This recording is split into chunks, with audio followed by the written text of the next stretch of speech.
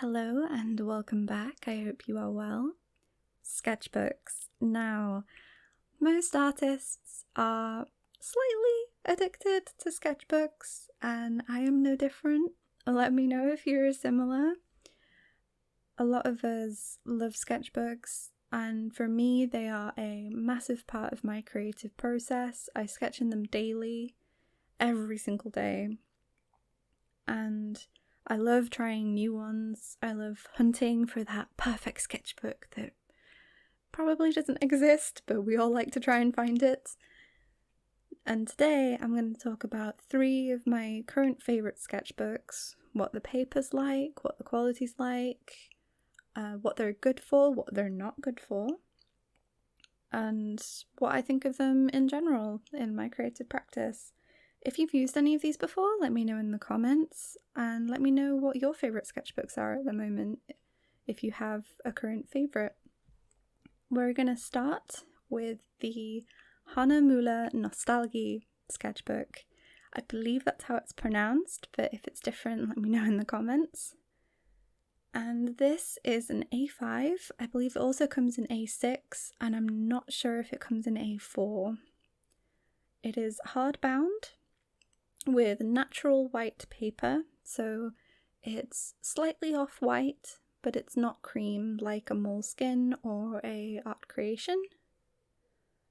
You get 80 pages or 40 sheets, and it's 190 GSM. For me, where I can obtain it, it's about £12, which is not too expensive for an A5 sketchbook, not the cheapest as well. It's middle of the road price, which I'm happy with for its quality, to be completely honest. It's quite a thick paper at 190, and it takes dry media and light washes of wet media really, really well. It's very smooth, and I love very smooth paper. The smoothness of paper is down to an artist's preference. Some artists prefer rougher paper, especially for dry media, and in some cases watercolour. For me, I love hot press, and I love really smooth paper for graphite as well. This paper takes graphite, coloured pencil, pen and ink, brush pen, and it takes acrylic markers, alcohol markers, and watercolour washes beautifully.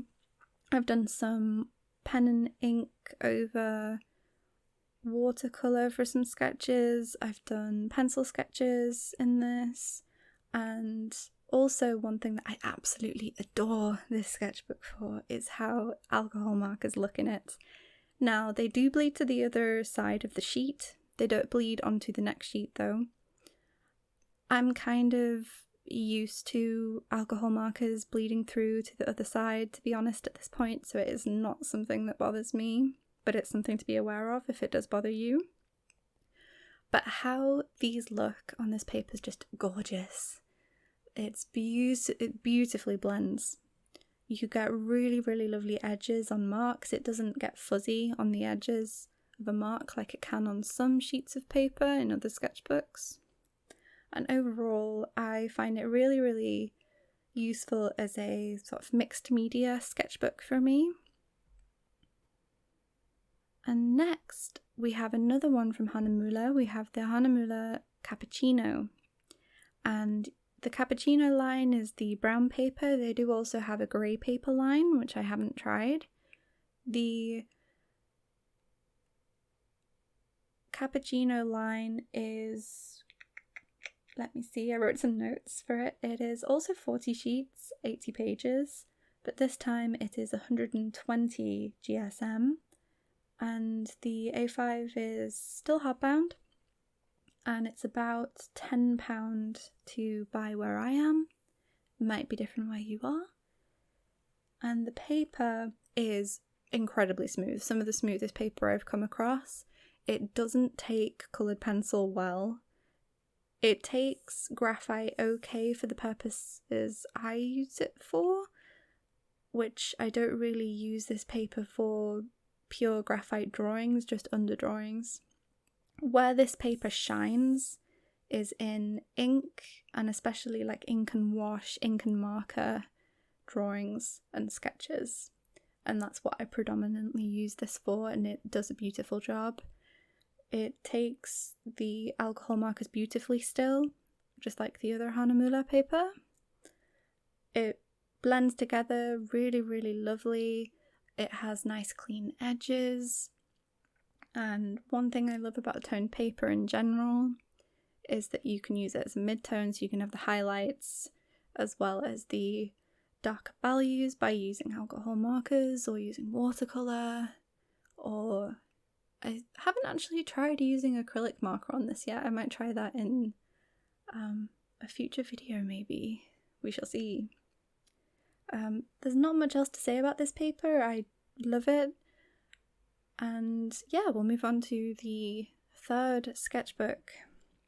Now, I've mentioned art creation before in other videos, and this is just a running favourite for me. It definitely has its pros and cons, but it's a sketchbook that I go back to on a near daily basis.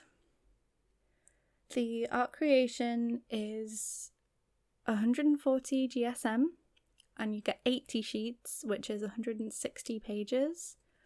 It is a cream paper, so it's definitely a lot warmer than, say, the natural white or a pure white. It's a very, very noticeable difference next to a pure white like a Stillman & Byrne Epsilon. And you get an A5 for about £6-7. You get a 12 by 12 square for about £5, and an A6 for about £4-5. Very reasonable price for the quality. One of the reasons why I love it, and one reason why it's a daily sketchbook for me. The paper is very smooth. It's very similar to Moleskine paper. It's almost a Moleskine dupe for me. And the paper takes graphite and dry media in general really, really, really, really well.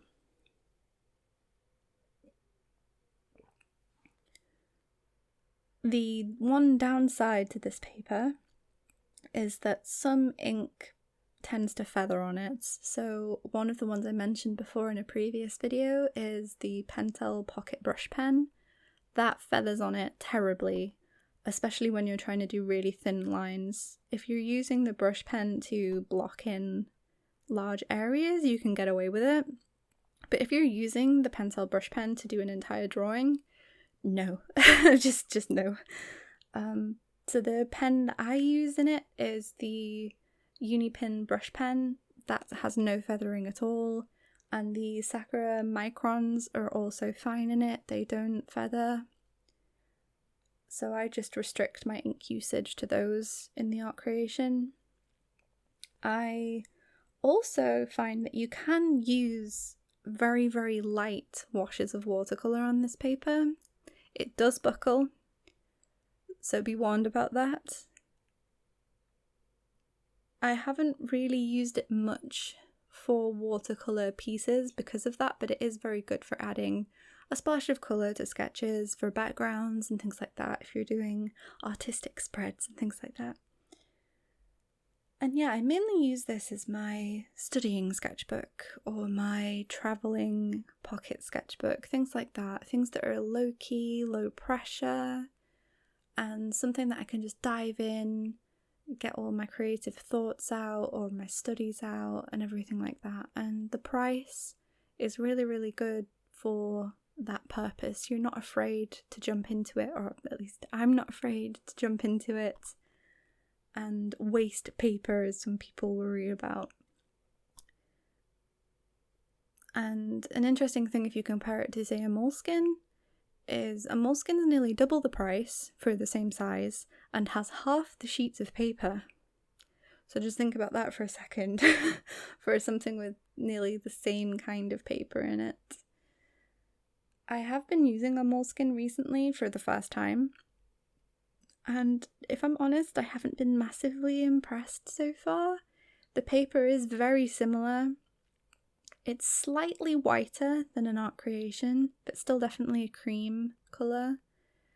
and I've not noticed a massive difference apart from with ink. It does take some ink without feathering from some brands that do feather in the art creation.